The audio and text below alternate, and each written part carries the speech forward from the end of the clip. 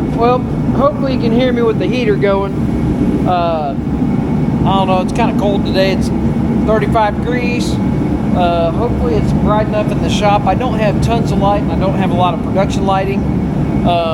But it's cold and rainy outside. When it rains into my shop because I don't have a lot of overhang. Anyways, but what we are doing today is trying to fix this thing again. I didn't film it the first time. I thought, well, maybe I'll film it this time around. This pump right here, let's see. I'll show you what's going on. And then I'll help you not have this problem. So in here, you probably won't be able to see, but there's a small leak, and that floor was clean when I pulled this in here. I just pulled it in here and getting everything set up on it so I can start working on it. Well, there's a housing. This pump bolts to a housing. Well, it's leaking out of that housing. Not a lot. It's usually when you shut the machine off.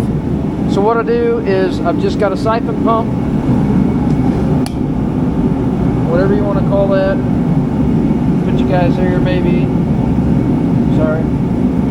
And all I do is I use this to draw out all of my hydraulic tanks. I put it in there, and I put a piece of steel in there because it seems like this, whatever size hose this is, fits really tight inside of your bucket. And when you do that, it pressurizes the bucket, and then it'll give you a shower. And that's amazing. So, anyways, that always got to figure out which way is the right way. I don't think that way is the right way. That feels correct. We're pumping. So I'm going to go ahead and pump the fluid out of this. Honestly, it doesn't take long, but I know you guys don't like hearing me talk. So let me go ahead and get that pumped out, and we're going to start pulling this, pulling the pump off. The pump doesn't take very long to get off. It's more cantankerous getting to it. Anyways, but I'll show you guys what we're doing on getting in here. Maybe you'll run into that, and I don't remember offhand the size of the O-rings, but I'll let you know. That way, if you find this video because you're trying to fix this machine, I can give you the size of O-rings. I'll measure them. Maybe I'll show you how to measure them before I put them in, but I'll figure out what they were, and I'll tell you what size O-rings go in it to fix it. All right, give me a minute. Alright, well, hopefully you can tell what's going on. There's a return over here. I'm going to try to get it pulled off with the light in the way, you guys in the way, and all that.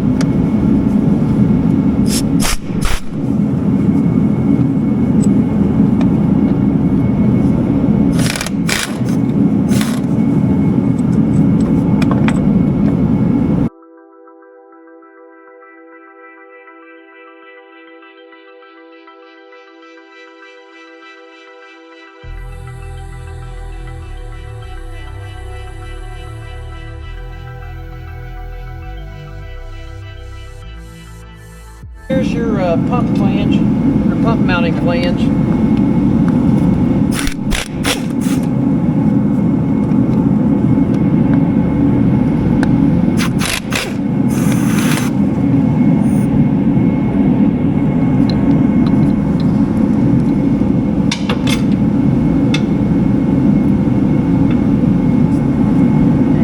Pop that off.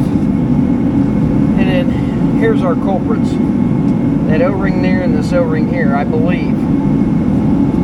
Yeah, see that O-ring in there, I mean, I don't know if you can see it, it's kind of wobbling around. This one feels like it might be the correct one. Well, no, actually, when you move it, I don't know, it's a little loose in there. Let's see if I can get it. Take the glove off. I'm not really a glove guy. Trying not to smell like hydraulic fluid the rest of the day.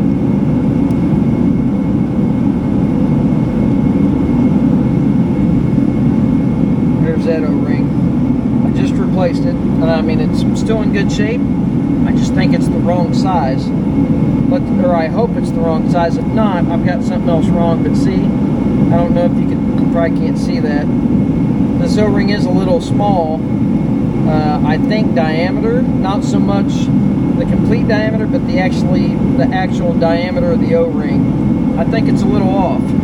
But anyways, I need to get something to get that out, and we'll maybe throw a caliper on them and see the difference and see why I feel like I probably made a mistake doing that. Give me a minute. Alright.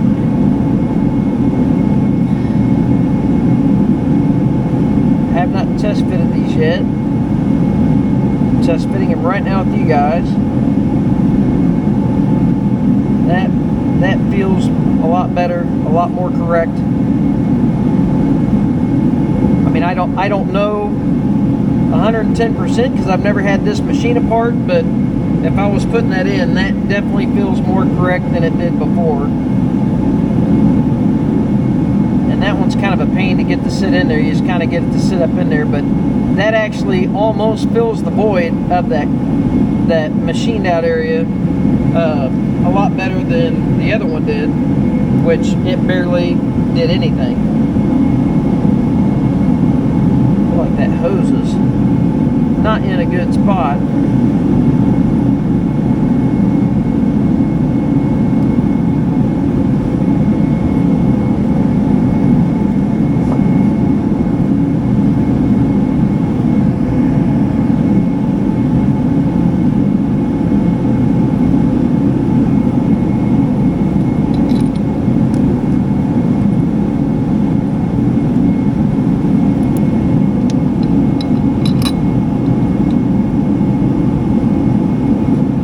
It's going to take a little bit to compress it. I'd say that's probably pretty good. I don't know. I've never had one of these apart, but when I put it back together, it still leaked. Not saying I don't have something else wrong with it, but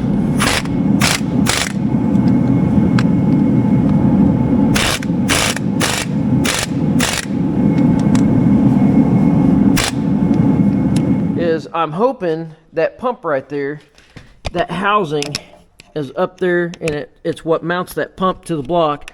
I went ahead and power washed everything off, blew it off with the dryer, all that, but it seems like it leaks after you sit overnight. It doesn't leak with pressure, it leaks while it sits. The machine's filled back up almost all the way up to the top, so we'll get an update tomorrow morning. I'm going to come out, and hopefully there's no oil down there. There's a little bit of water, but that should dry up. The oil, obviously, if it drips, it's not going to dry up, and it's pretty easy to see in there if it's leaking around that housing. Cross your fingers.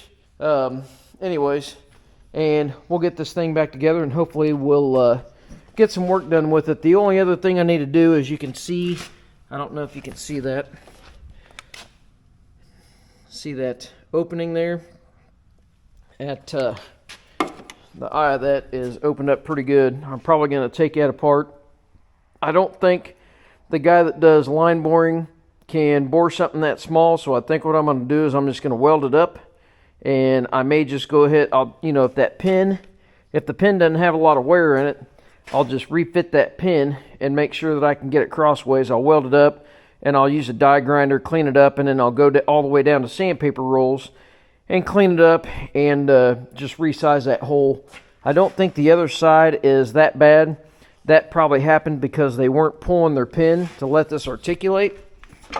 So this has a pin in it to stop it, and you're supposed to pull it out when you're pulling lines.